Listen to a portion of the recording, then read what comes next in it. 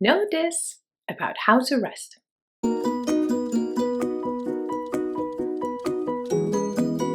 I've been a clinical psychologist for 8 years, and this is what I know.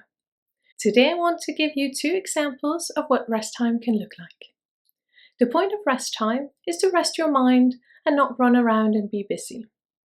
I find that many of my clients with stress symptoms or who are struggling are missing this activity from their schedule. Their day is filled with being active, either physically or mentally, and the rest of their time is spent sleeping or eating. If we live like this, we'll likely develop stress symptoms and start to struggle with our mental health. Resting is essential. Not too much, of course, as being too inactive can also make us unstable mentally and make us not get the things done that we need to get done. But some rest time every day will help us feel balanced in our mind and function. When I see one of my clients with this problem, I find that they often don't know or have forgotten what to do to rest. For them, it becomes complicated in their mind and they think that it has to mean lying on the beach, being on holiday, getting a massage, or going to the spa or retreat. I often find that I have to explain to them that this is not what I mean with rest time.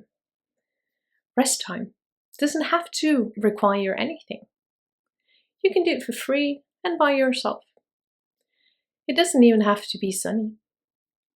I'll explain to my clients that rest time means that you take some time in your calendar where you make it your purpose to rest. This is the important part. That you make yourself intentional about it. That you'll set this goal and remind yourself that this is what you're doing. Often I give it a name. Either me time, or mini break, or mini holiday.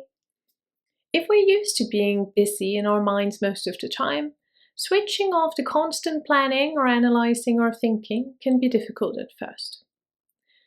It's not difficult in the sense that we lack the ability to control our mind, but it feels unfamiliar and it's likely not our habit to stop thinking. But this is what we need to do when we're practicing rest. We intend to rest the mind. Therefore, it doesn't have to have anything to do with massages or spas. When I help my clients start practicing rest time, I often give examples of what to do. This way, they feel like they have a specific plan for what to do when practicing it for homework. I here want to give you 2 of my most used examples. The first example of practicing rest time is to sit somewhere. I tell my clients to find a time where they want to practice rest time and then choose a place to sit. It can be at home or somewhere else. Again, it doesn't have to be at the top of a mountain or next to a waterfall. It can be in your own kitchen or on a city bench.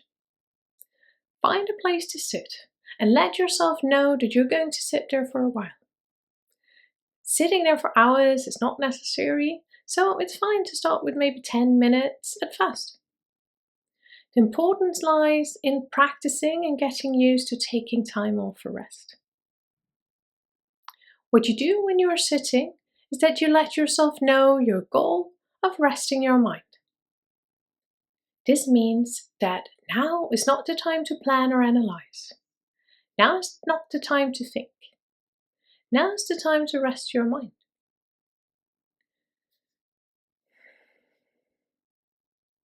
In our heads often comes a lot of thoughts, some louder than others. We might find ourselves start to analyze what we're doing, worrying about if this is going to work, thinking about it being stupid, and thinking about what happened earlier, thinking about what we're doing after, and so forth. The task when you're sitting here is to remind yourself that now is not the time to think about all of that. Now is the time to rest your mind. Then you can go back to thinking about all of this when rest time is over. When you're sitting, you instead start to look at the things you see around you. You notice what you see and maybe what you can hear. You give yourself the task of just sitting and observing. What can you see from where you're sitting? Look at what you can see and feel how your attention goes outwards to what you're seeing and away from what you were analyzing.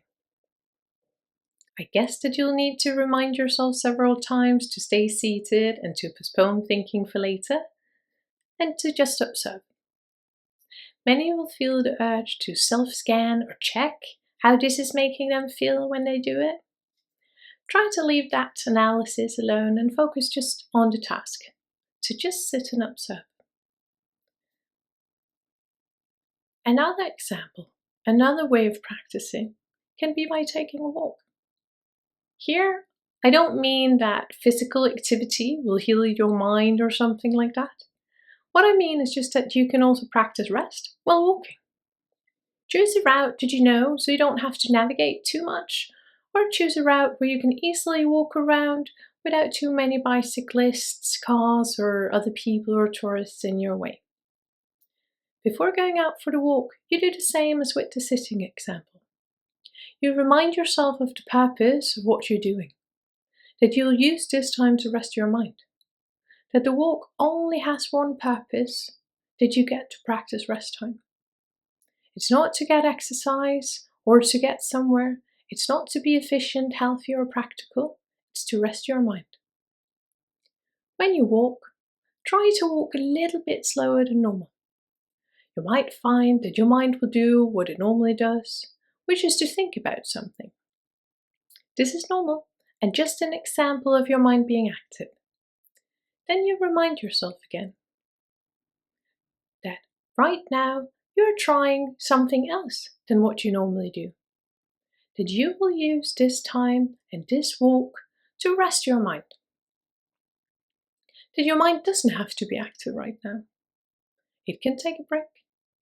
While you walk, you'll start to look around. You'll on purpose guide your field of vision around and take in what you see. This is also why we sometimes call it tourist mind. When people go on holiday, they often unintentionally practice this form of rest time. When we're someplace new, walking the streets of some holiday place, we tend to look around and take in what we see. This is what you're aiming to do here, in your own environment. You walk, and while you walk, you look at what you walk by. You look up and down, from side to side. Try to not walk too fast. Remember that the walk is not about exercise, it's about rest. So walk in a slow but comfortable pace and focus your attention outwards.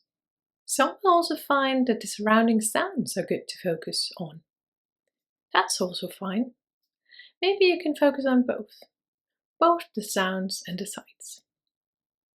You'll likely be disturbed several times by your mind wanting to think about something or analyze something. It's to be expected. When this happens, you just gently remind yourself that right now is not the time to think. You can do that later. And then you return your focus to looking at the things around you. You don't have to do it for hours and hours.